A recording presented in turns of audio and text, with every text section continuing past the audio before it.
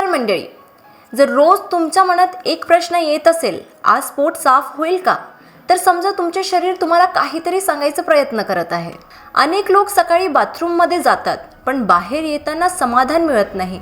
पोटात अजून काहीतरी अडकून राहिल्यासारखं वाटतं, डोकं जळ वाटतं, शरीर सुस्त वाटतं, चेहऱ्यावर चमक नसते आणि दिवसभर चिडचिड सुरूच राहते. ही केवळ पोटाची समस्या नाही, ही संपूर्ण शरीराचा आतल्या गोंधळाची सुरुवात असते. आपण पोट म्हटलं की बहुतेक लोकांचा विचार थेट शौचालयापुरताच मर्यादित राहतो. पोट साफ झालं म्हणजे आपण ठीक आहोत आणि झालं नाही तर समस्या आहे इतकंच आपल्याला वाटतं. पण प्रत्यक्षात गट म्हणजे फक्त शौचाची प्रक्रिया नाही, तर तो आपल्या संपूर्ण शरीराचा कमांड सेंटर आहे. तुम्ही जे काही खाता ते शरीरात कसं पचेल, किती ऊर्जा देईल आणि उरलेला कचरा कसा बाहेर टाकला जाईल हे सगळं पोट ठरवतो. फक्त एवढंच नाही, तर आजच्या संशोधनानुसार आपल्या शरीरातील सुमारे 70% इम्युनिटी पोटाशी संबंधित असते. म्हणजेच जर तुमचा पोट कमकुवत असेल तर तुम्ही वारंवार आजारी पडता, सर्दी खोकला लवकर होतो आणि शरीराची रिकव्हरी उशिरा होते. तुमचं डायजेशन, दिवसभरची एनर्जी, मनस्थिती, एकाग्रता, त्वचेचा तेज, केसांची ताकद आणि झोपेची गुणवत्ता हे सगळं थेट पोटाच्या आरोग्यावर अवलंबून असतं. म्हणून काही लोक बाहेरून व्यवस्थित दिसतात पण आतून सतत थकलेले असतात. त्यांना कारण सापडत नाही, पण मूळ कारण पोटामध्ये असते. जेव्हा आतड्यांमध्ये जुना न पचलेला अन्न कचरा साचायला लागतो तेव्हा पचनाची गती मंदावते. अन्न पूर्णपणे पचत नाही, त्यामुळे शरीराला लागणारी पोषण द्रव्ये नीट मिळत नाही. याच न पचलेल्या अन्नातून विषारी घटक तयार होतात, जे हळूहळू रक्तामध्ये मिसळतात. याचा पहिला परिणाम लिव्हरवर होतो. लिव्हरला सतत या टॉक्सिन्सला फिल्टर करावं लागतं, त्यामुळे तो ओव्हरलोड होतो. लिव्हर नीट काम करत नसेल तर फॅट बर्निंग स्लो होतं, पोटावर चरबी वाढते आणि शरीरात जळपणा जाणवतो. म्हणूनच अनेक लोक कितीही सप्लिमेंट्स घेतात, महागडं प्रोटीन पावडर घेतात, वेगवेगळे डाएट प्लॅन फॉलो करतात, पण तरीही अपेक्षित परिणाम मिळत नाही. कारण जेव्हा पोटाच्या आत जुनी घाण साचलेली असते तेव्हा नवीन गोष्टी शरीर स्वीकारायला तयार नसतं. सोप्या शब्दात सांगायचं असेल तर जर पाया मजबूत नसेल तर कितीही वरून रंगकाम केलं तरी भिंत टिकत नाही.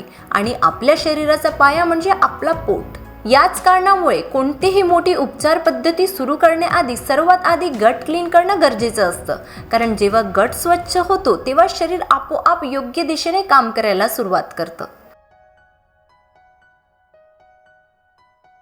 आजकाल डिटॉक्स हा शब्द खूपच ट्रेंडमध्ये आला आहे. सोशल मीडियावर पाहिलं तर कुणी ग्रीन ज्यूस पिताना दिसतं, कुणी 3 दिवस फक्त पाणी पितो, तर कुणी महागड्या डिटॉक्स पावडर किंवा टीचा वापर करत असतो. हे सगळं पाहून असं वाटतं की डिटॉक्स म्हणजे काहीतरी खूप अवघड, महाग आणि फक्त काही लोकांसाठीच असलेली प्रक्रिया आहे.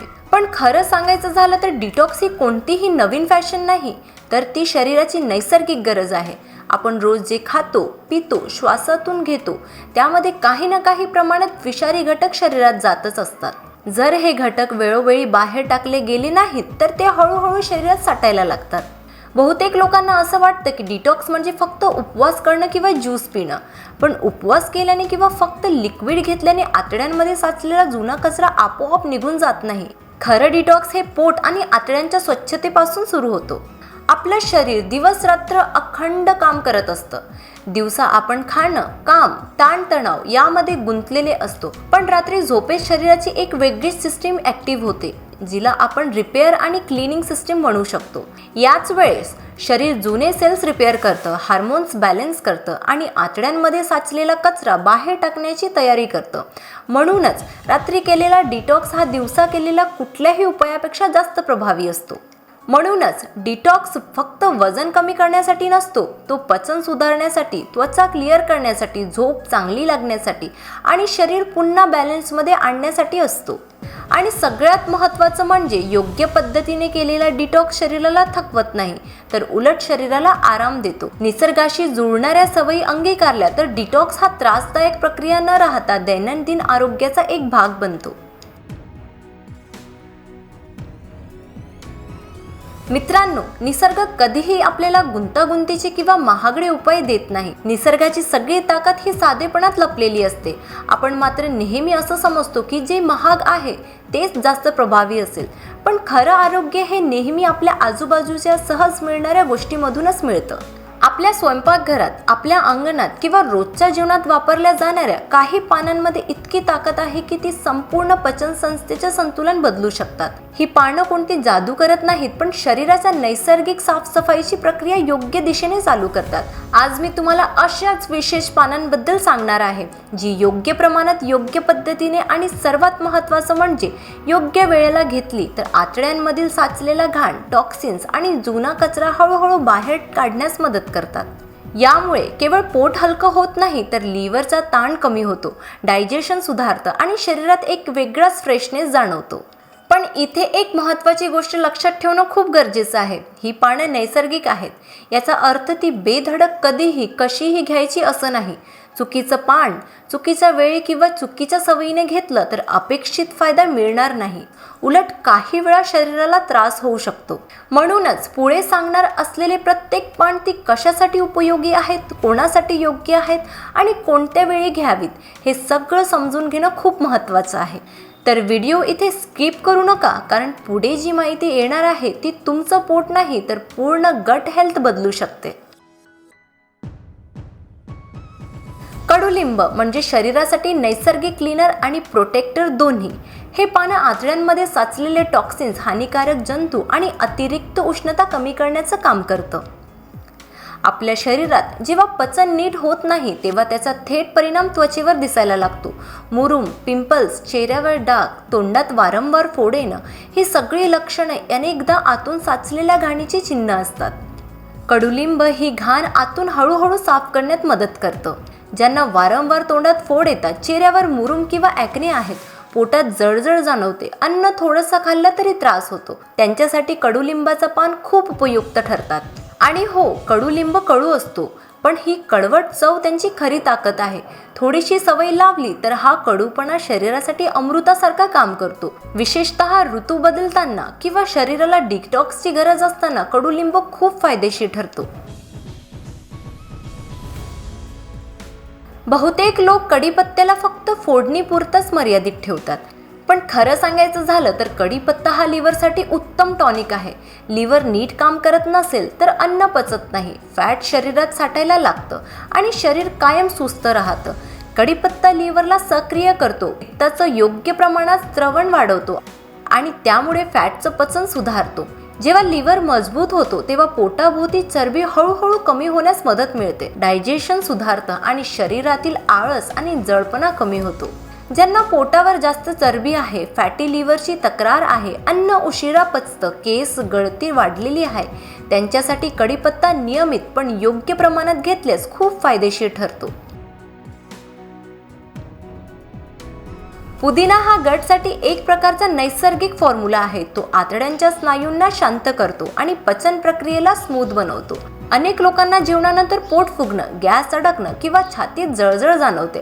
रात्री झोपायला गेल्यावर पोट जड वाटतं आणि नीट झोप लागत नाही. अशा वेळी पुदिना खूप उपयोगी ठरतो.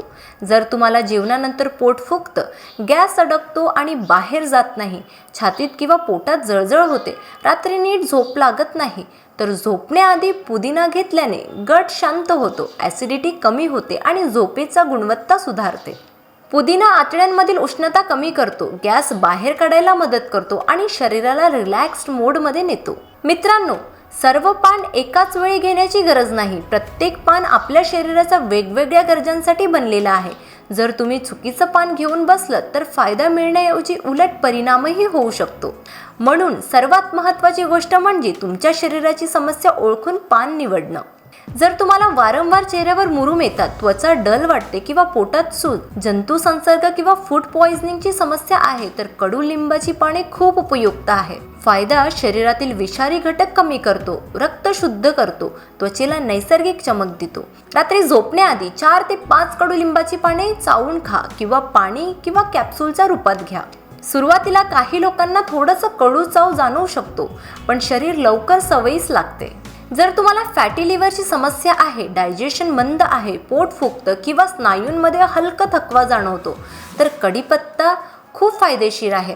याचा फायदा म्हणजे लिव्हर सक्रिय करतो, बाईल उत्पादन वाढवतो, अन्न पटकन पचतं, अतिरिक्त चरबी जाळते. याला घ्यायचं कसं? 10 ते 12 फ्रेश कढीपत्त्याची पाने चावून खा, नंतर थोडं पाणी प्या.